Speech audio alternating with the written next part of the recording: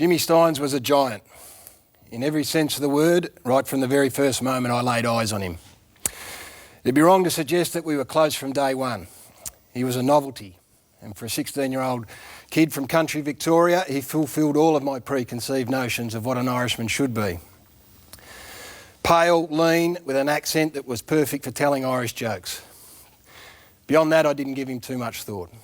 My mind was captivated by the real footballers at our club, most notably the legendary Melbourne Footy Club figure, Robbie Flower.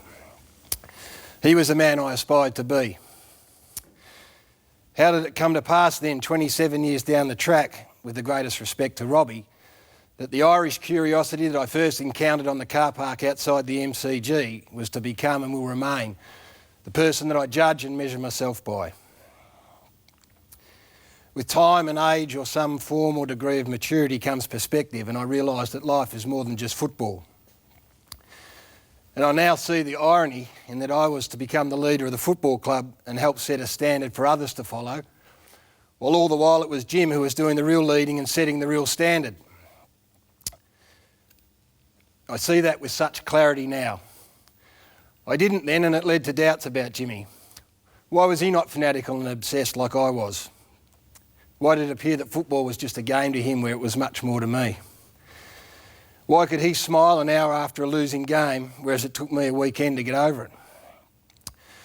Why did he not embrace the so-called manly elements of our game as enthusiastically as the next bloke, where drinking beer and attracting girls was a badge of honour, worn as proudly as anything achieved on the playing field?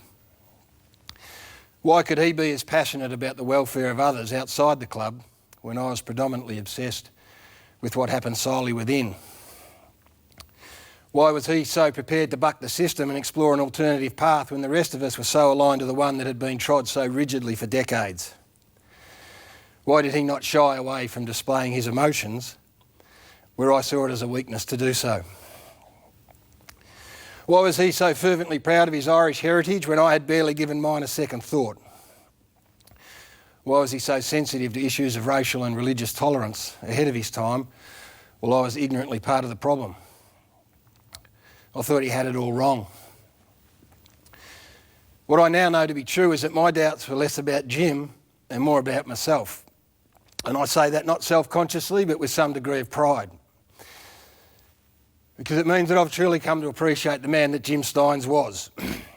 And if that paints me in a lesser light, then I'm fine with that, for there are few, if any, that can compare to him. Quite simply, Jimmy refused to let the game define who he was. It was just a part of him, and it allowed us to marvel at his determination, unwavering self-belief, resilience, strength, skill, endurance and courage. But he never let the game compromise what else he had going on in his life.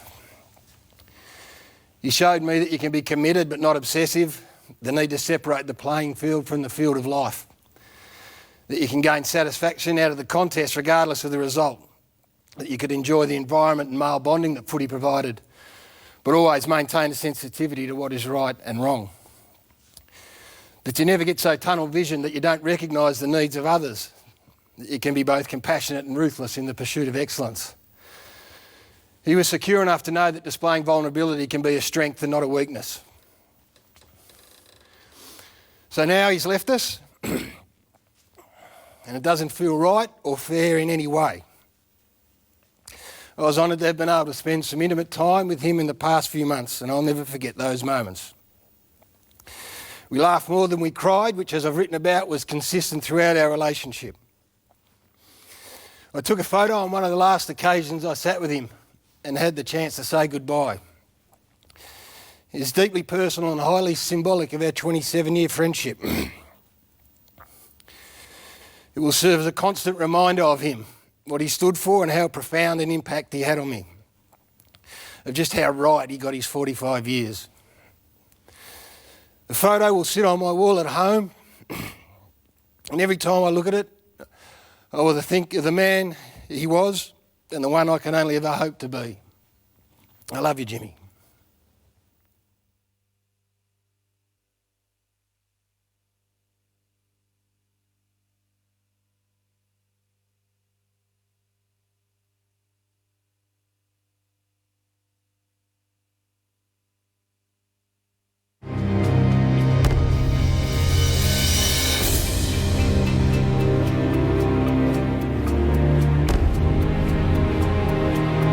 In my time, there's never been a better story. And there's been a lot of great stories.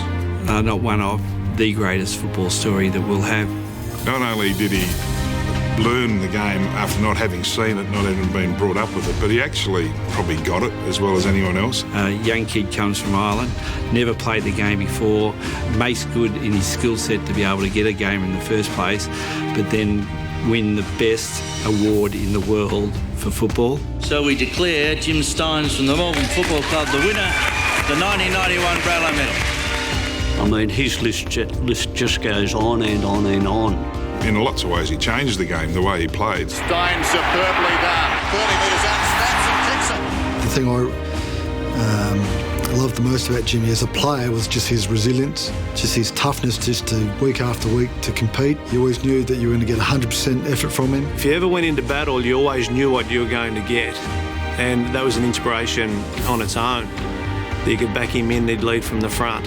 He was just a competitive mongrel. He loved it, and he was a very, very good player that, reached the very top. And he reached the top because he didn't give in. It was fantastic to coach because he was professional before his time.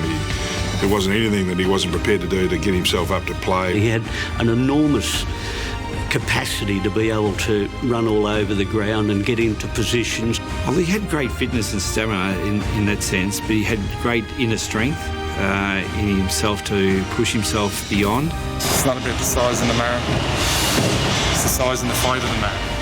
When he set his mind to do something, he jumped over great adversity to achieve those goals.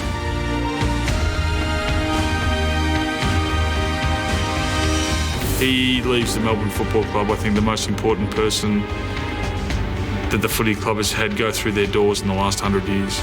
His contribution is unbelievable to the Melbourne Football Club, and he's a special person and will be remembered as one of the all-time greats. For what Jimmy Stynes did to the Melbourne Football Club is truly, as a player and to go and win a Brownlow, as a president to make sure this club is there for the eternity of life, it's just magnificent. Stynes could run in and kick a goal. The Irishman gets it on his 150th. Well done, Jimmy. It's going to be one of the great footy stories ever, I would think. It's going to take one hell of a story to beat it, isn't it? The Jim Stynes story, it's a powerful one, and it's got to be told for generations to come.